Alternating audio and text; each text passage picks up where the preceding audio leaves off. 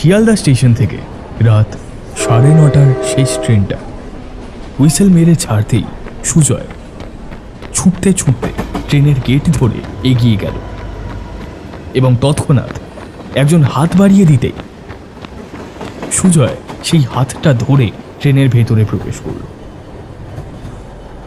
ভেতরে ঢুকে সুজয় দেখল ট্রেনের কামরাটা পুরোটাই ফাঁকা।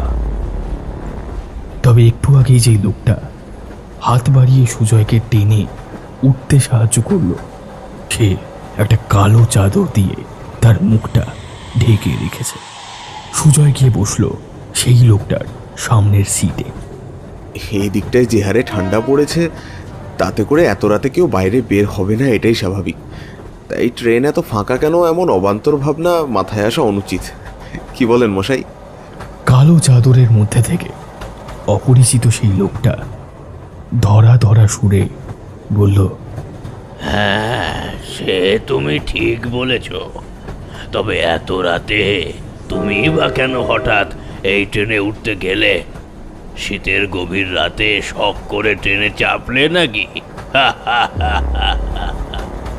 আপনার কাছে আর কি বলবো আমার দুঃখের কথা। আজ রাতেই আমার দাদু মারা গেছেন। আজ শুক্রবার, খুব ভালো দিন। তাই যতই রাত হোক, আজ রাতেই মামারা দাদুর শেষকৃত্য সম্পন্ন করবে। কাল শনিবার পড়ে যাচ্ছে, মৃতদেহ বাড়িতে রেখে দিলে অনেক দোষ পাবে যে। তাই যতই রাত হোক, শেষকৃত্য আজই সম্পন্ন হবে। ওই জন্যই তো এত রাতের ট্রেনে নামখানায় আমার মামার বাড়িতে যাচ্ছি। স্টেশনে নেমে গাড়ি পাই তো ভালো, নয়তো পায়ে হেঁটেই শ্মশানে চলে যাব। সবটা শুনে সেই চাদর মুড়ি দেওয়া লোকটা কেমন যেন গম্ভীরভাবে বলে উঠল, দাদু মারা গেছে বলে আজ এত শীতের রাতেও তড়িঘড়ি মামার বাড়িতে ছুটে যাচ্ছ? তবে 2 বছর ধরে এত কাকুতি বিনতি করার পরেও দাদুকে একবার দেখতে যাওয়ার সময় পেলে না? এই হলো তোমার গাফিলতি।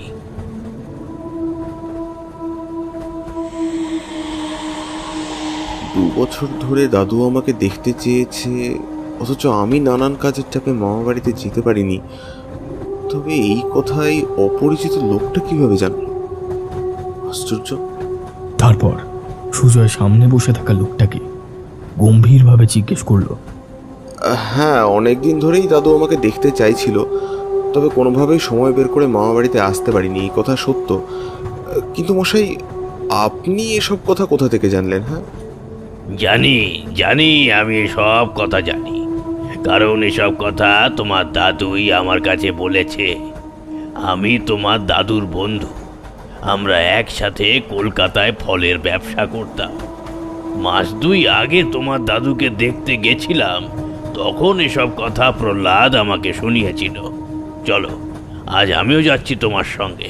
তোমার দাদুর শেষকৃত্যে আমিও উপস্থিত থাকব। কথাগুলো শুনে সুজয় কিছুতেই বিশ্বাস করতে পারল না। তার সামনের সবটা কেমন যেন গুলিয়ে এলো।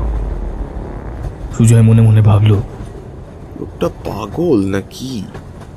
এত রাতে ট্রেনে উঠে বলছে উনি নাকি আমার দাদুর বন্ধু, আর এমনভাবে চাদর মুড়ি দিয়ে বসে আছে যে বোঝাই যায় না ভালো মানুষ নাকি ছিনতাইবাজ।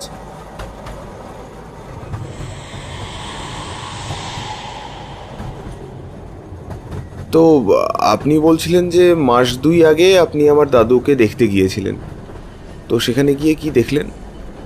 দেখলাম আমার বিপত্নিক বন্ধু প্রহ্লাদ 2 ছেলে 2 বৌমার তীব্র অবহেলায় তিলে তিলে কেমন করে শেষ হয়ে যাচ্ছে।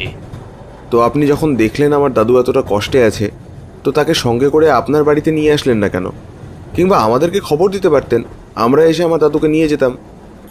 এইসব কথাবার্তার মাঝে ট্রেনটা চলে এসেছে সোনারপুর জাংশনে। ট্রেনের লাইন পরিবর্তনের কারণে ভিতরে জ্বলতে থাকা টিউবলাইটগুলো হঠাৎ নিভে গিয়ে ক্ষণকালের জন্য সমগ্র ট্রেন জুড়ে নেমে আসে এক বিস্তীর্ণ অন্ধকার। বাইরের আকাশে তখন কৃষ্ণপক্ষের কাস্তে চাঁদ উঠেছে। চারিদিক একেবারে নিস্তব্ধ। এমন সময় হঠাৎ সুজয়ের পকেটের সুজয়ের মোবাইলটা বেজে ওঠে। সুজয় ফোনটা রিসিভ করে বলে, হ্যাঁ বড় মামা, বলো। ফোনের উপার থেকে বড় মামার গলার কণ্ঠস্বর ভেসে আসে, এই আরে বাবা, কোথায় আছিস? নামখানা ট্রেনটা পেয়েছিলি তো? হ্যাঁ মামা, ট্রেন পেয়েছি। আমি এখন সোনারপুর আছি। তুমি চিন্তা করো না, আমি ঠিক পৌঁছে যাব। একটু আগে কম্পার্টমেন্টের আলো আবার জ্বলে উঠেছিল এবং সেই আলোয় হঠাৎ করে সুজয়ের চোখ গেল নিজের পায়ের দিকে। সে দেখে পায়ের কাছে ট্রেনের পুরো মেঝেটা লাল টকটকে রক্ততে ভরে যাচ্ছে এবং সেই সব রক্ত সামনে বসে থাকা সেই লোকটার পা থেকে দরদর করে বেরিয়ে আসছে। এ কি, এখানে তো রক্ত কিভাবে এলো? এই যে, ও মশাই, আপনার পা দুটো একবার দেখুন, বোধহয় কেটে টেটে গেছে, নাহলে এত রক্ত আসবে কোত্থেকে? কিন্তু সুজয়ের কথায় লোকটা বিশেষ পাত্তাই দিল না।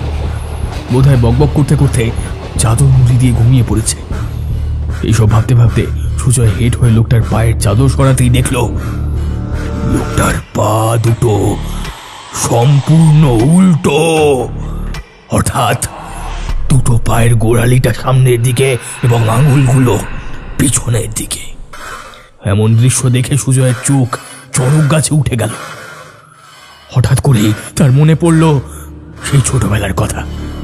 ছোটবেলায় এইরকম কত গল্প সে শুনেছে যেখানে ভূতের পা নাকি উল্টো হয়।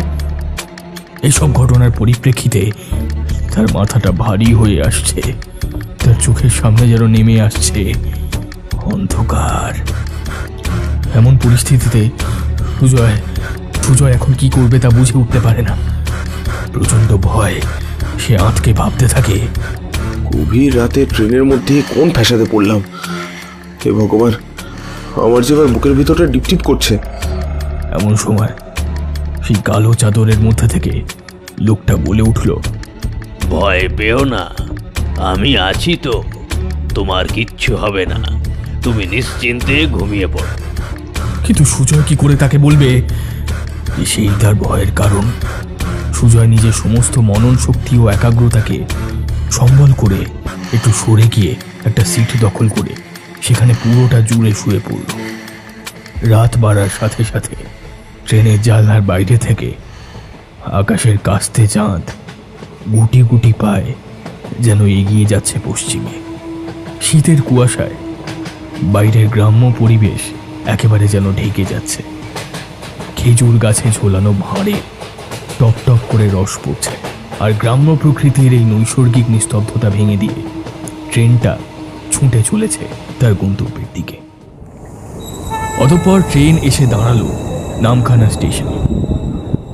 ট্রেনের ভিতর চাদর মুড়ি দেওয়া লোকটা সুজয়কে এখন ডাকছে, কই গো বাবু, ওঠো, এই যে নামখানা স্টেশন চলে এসেছে গো, কই গো, ওঠো। লোকটার ডাকে ঘুম থেকে উঠল সুজয়, আর লোকটাকে দেখতে পেল না। ওই আপনি কোথায় গেলেন? আপনাকে তো দেখতে পাচ্ছি না। স্টেশনের শেষ প্রান্তে জমাট বাঁধা অন্ধকার। এই তো আমি এখানে, এই দিক দিয়ে এসো। তোমার মামারা এতক্ষণে শ্মশানে চলে এসেছে, তাই বাড়িতে না গিয়ে শ্মশানে যাওয়াটাই ভালো হবে। এদিকে আমার সঙ্গে সঙ্গে এসো। লোকটার কথায় কেমন যেন খটকা লাগলো সুজয়। সে মনে মনে বলল, না, মামারা যে এখন বাড়িতে নেই, তারা দাদুর মৃতদেহ নিয়ে শ্মশানের উদ্দেশ্যে বেরিয়ে পড়েছে, এ কথা উনি নিশ্চিত করে কিভাবে বলতে পারেন? তৎক্ষণাৎ অন্ধকার থেকে লোকটা বলে উঠল, কি এত ভাবছো? আমি তোমাদের মতো ওসব ফোন টোন ব্যবহার না করেও কিভাবে বললাম যে মৃতদেহ নিয়ে ওরা শ্মশানের উদ্দেশ্যে বেরিয়ে পড়েছে? আসলে এসব তো আমার জানা কথা। সুজয় এসব কথায় বিস্মিত না হয়ে লোকটার দিকে তাকিয়ে তাকে অনুসরণ করেই হাঁটতে শুরু করলো।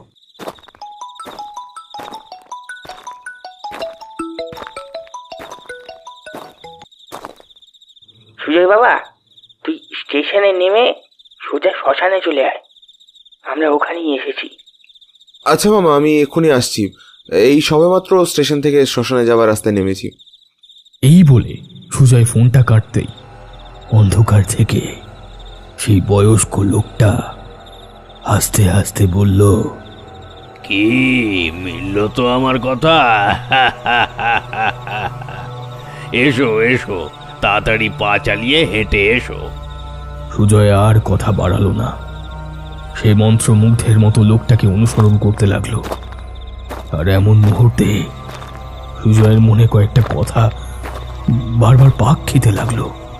ট্রেনের মধ্যে দেখা এই লোকটার উল্টো পা, এই লোকটার শরীর থেকে দরদর করে রক্ত বেরিয়ে আসা, এসব কি আমার চোখের ভুল নাকি ভ্রম? তবে লোকটার এই অন্ধকারে গা মিশিয়ে মিশিয়ে চলা, এটাও কি ভ্রম নাকি লোকটা আদৌ মানুষ নয়? কিন্তু যদি প্রেতাত্মা হয় তবে সে আমাকে কোনো ক্ষতি বা করছে না কেন? এইসব ভাবতে ভাবতে এবং লোকটার পেছনে হাঁটতে হাঁটতে সুজয় তার বড় মামাকে ফোন করলো এবং ফোনটা কানে ধরে ফিসফিস করে মামাকে জিজ্ঞেস করলো, বলছি মামা, দাদুর কি কোনো বন্ধু ছিল? এমন কোনো বন্ধু যিনি 2 মাস আগেও দাদুকে দেখে গেছেন? সুজয়ের এমন প্রশ্ন শুনে ফোনের ওপার থেকে সুজয়ের বড় মামা বলে উঠল, না না, তোর দাদুর বন্ধু বলতে তো ওই পাড়া প্রতিবেশী কয়েকজন সমবয়সী লোক ছিল, বাইরের কোনো বন্ধু তো ছিল না। তবে এই 2 মাস তো দূরে যাক, 2 বছরেও তোর দাদুর সঙ্গে কোনো বন্ধু দেখা করতে আসেনি। কথাটা শুনে গায়ে কাঁটা দিয়ে উঠল সুজয়ের। ফোনের ওপার থেকে বড় মামা বলল, আচ্ছা আমি রাখলাম, বুঝলি? তুই আয়, তারপর কে দেখতে এসেছে কে আসেনি সব বলবো। ফোনটা কাটার সঙ্গে সঙ্গে অন্ধকার থেকে বয়স্ক লোকটা প্রচন্ড অট্টহাসি করে উঠল। আমি কে তা জানার জন্য এতই উৎসাহ? তবে শোনো, আমি কে। সঙ্গে সঙ্গেই দূর থেকে ভেসে এলো শ্মশান যাত্রীদের কলরবের আওয়াজ। বলো হরি হরি, হরি বল, বলো হরি হরি বল। এমন সময় সেই লোকটা নিজের শরীরের উপর থেকে চাদর সরিয়ে দিয়ে বলল, দেখো দেখো আমি কে। সুজয় দেখল অন্ধকারের মধ্যে একটা আলোর জ্যোতি তার সামনে দাঁড়িয়ে আছে। তার দাদু প্রহ্লাদ। সেই জ্যোতি তার দাদুর শরীর থেকে ঠিকরে বেরিয়ে আসছে। দূর থেকে সেই হরিনাম সংকীর্তন এখনো শোনা যাচ্ছে। এত রাতে তুই ঠিকঠাক আসতে পারবি কি পারবি না, তাই আমার মৃত্যুর পরেও আমার শরীর ছেড়ে আত্মাটা বেরিয়ে গিয়েছিল তোকে এগিয়ে আনার জন্য। সামনেই শ্মশান, তুই চলে এসেছিস। যা, শেষবারের মতো আমার মুখটা অন্তত দেখে নে। আর কিছুক্ষণ পরেই যে তোর বড় মামা আমার মুখে আগুন দেবে, তখন আর শেষ দেখা হবে না। যা, তাড়াতাড়ি যা, গিয়ে শেষ দেখা দেখে নে। আমি এলাম। এই বলেই আলোর জ্যোতিটা সুজয়ের সামনে আবার গভীর অন্ধকারে মিলিয়ে গেল। সবটা বুঝতে পেরে সুজয় মুড়িবাঁচি করে ছুটে সেই শ্মশান চত্বর থেকে পালিয়ে গেল।